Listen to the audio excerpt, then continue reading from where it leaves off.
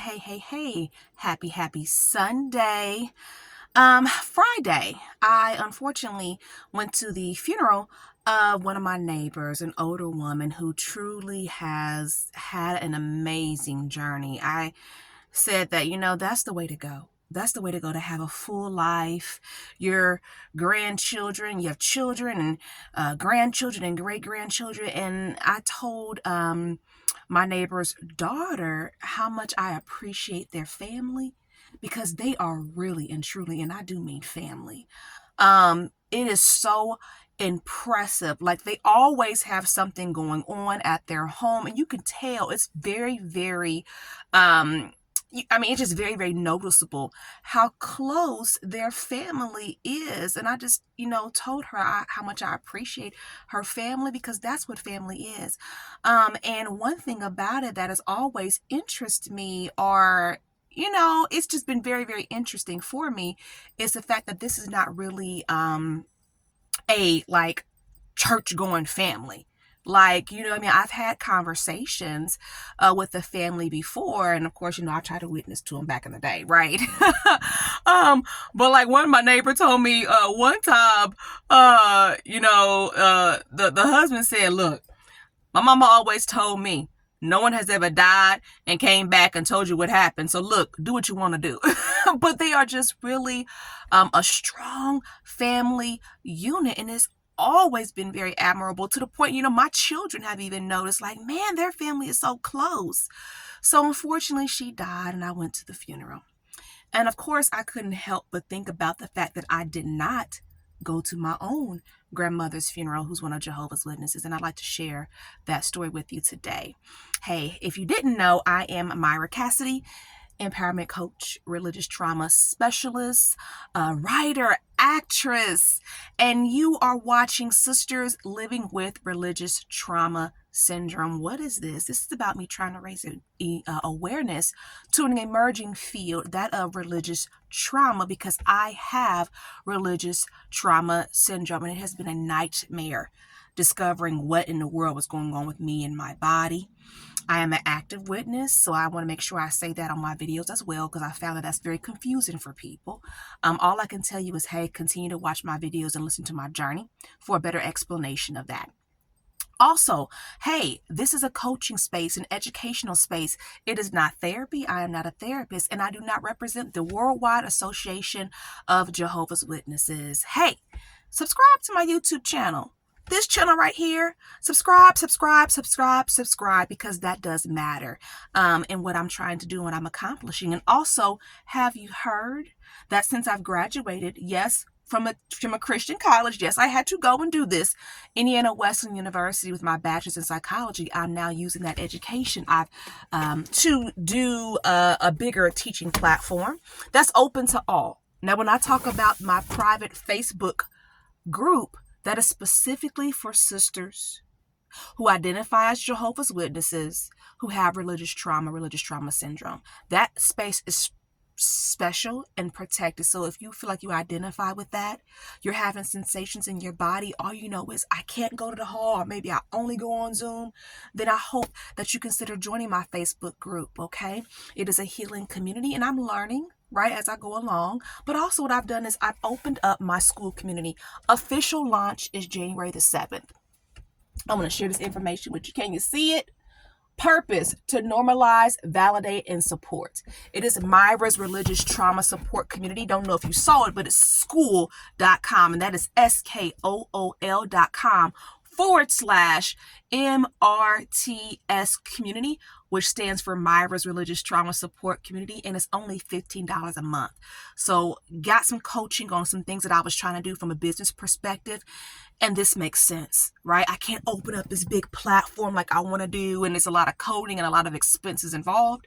So this is a very practical way for me to do what I'm trying to do, to educate and to help people who are showing an interest in my work while still keeping the sisters with religious trauma syndrome a protected space. This allows me to do more group coaching, more education through this funnel, and it's economically friendly for you and economically friendly for me. Okay, just $15 a month.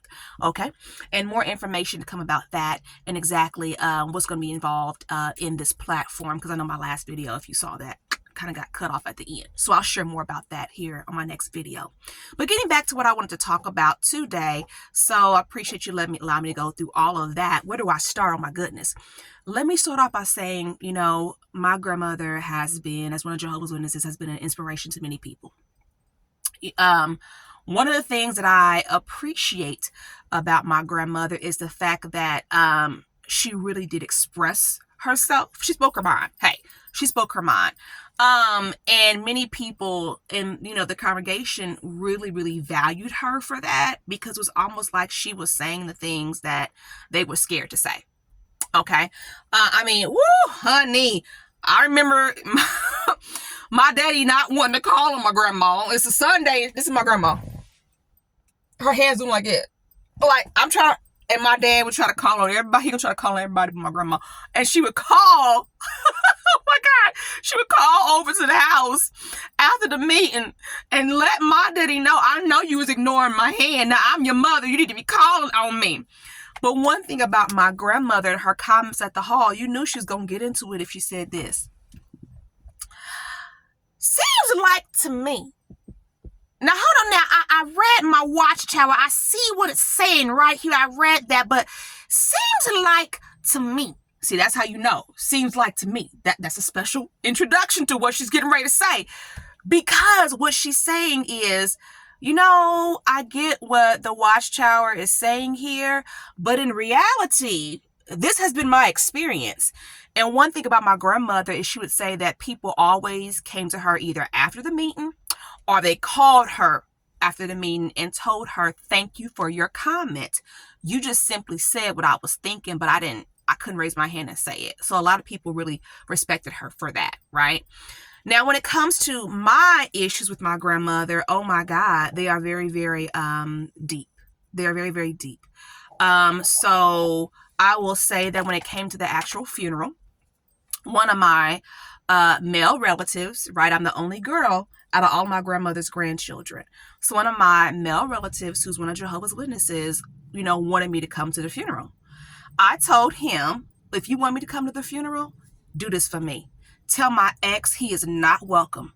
I want to make sure he is not there. That is not right after everything he has done, that I have to go into this space that triggers me to respect my grandmother's memory and then see him up there with possibly his new wife and stepchild, and he's as foul as he is. So that male relative of mine told me, look. He wanted to know what's going on here. This is what he tried to reason with me and say, look, you feel like we've never protected you. I said, exactly. That's right. That's right. There you go. That's my issue with y'all. Yes, I feel like as men, y'all have never protected me all my life. That's my issue. So my male relative said to me, look, come to grandma's funeral. We'll start protecting you from now on. But the relative was not willing to let my ex know that you are not welcome. And I'm like, no, absolutely not. No. Are you serious? You know, at that point, this happened when I had actually started at Indiana Wesleyan University. So she passed, you know, unfortunately, last February. So I thought to myself, what does this sound like? This sounds very familiar. Let me think this over. This seems like a manipulation. And let me tell you why. At that point, I was 39, getting ready to turn 40. I am the second to the youngest cousin. That means all of you are in your well into your 40s, pushing 50. You mean to tell me that after all these years, y'all gonna come together, united, and start protecting me? Who we fooling? I mean, what kind of fool do you take me for? So it's like, no, because I should be able to walk into, first of all, y'all don't even really understand that I got this PTSD thing, and I'm trying to figure out what's going on with my body, and I'm feeling uncomfortable as well, walking into these spaces. Not at that point, I hadn't learned about religious trauma syndrome.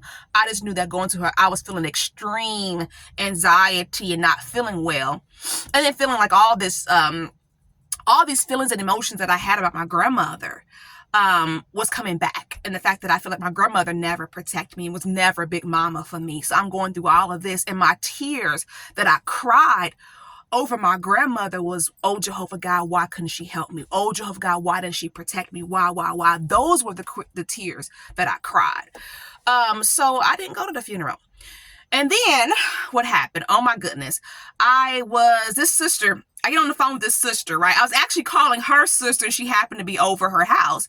She gets on the phone and she says, I missed you at the funeral. I said, well, I have some family issues. She said, oh, your daddy said you weren't feeling well. I got so upset. You mean to tell me my daddy's acting like I'm sick or something? And I said, you know what? That sounds like my daddy, because that man can definitely rephrase things probably about 20 times, and it's still not technically be a lie. Not to talk bad about my dad, my elder dad. I'm just keeping it 100 on this channel, right? Because I have religious trauma and religious trauma syndrome for a reason, just like many other people out there have it for a reason, and it's not fair. It's not fair that when you want to go to the Kingdom Hall and you can't. You want to read your Bible and you can't. And you have to find a lifestyle and a way of existing and find your place in this confusing world of being a survivor of religious trauma. Now that's not fair and that's not right. Okay. The last time I spoke to my grandmother would have been like 2 years before. So what is this going to be? 2021. We got into a big old argument.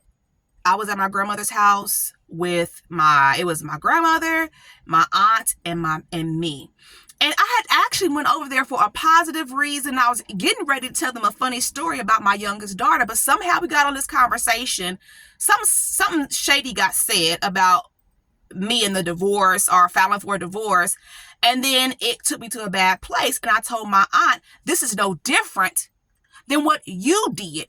You divorced your witness husband and he was abusing you. So, okay. So it ends up being a situation. Emotions get heightened. And my grandmother says to me, I can't wait till he gets another wife. What did you say to me? You can't wait till he gets another wife. That's it. I said, I deserve better than this. I deserve better than this. Now I'm going to go into something right now. This is a trigger warning. From this point on, it's going to be sensitive content. So you may not want to watch the rest of this video because I'm going to talk about childhood abuse, and some other sensitive things. So there's your disclosure. There's your warning, trigger warning. So I said, I'm sick of this. I deserve better than this, and I deserve better than this from her. I will never again talk to her. That was it. Because for one thing, I didn't want a divorce. I had to file for a divorce to protect myself and my children. Not to mention, if you've been watching my channel, I was actually threatened by Child Protective Services, and he and I both had to sign paperwork that we wouldn't even argue in front of the kids. So why is he still abusing? I could get in legal trouble and lose my kids over this mess. Okay, number one. Number two, my grandmother.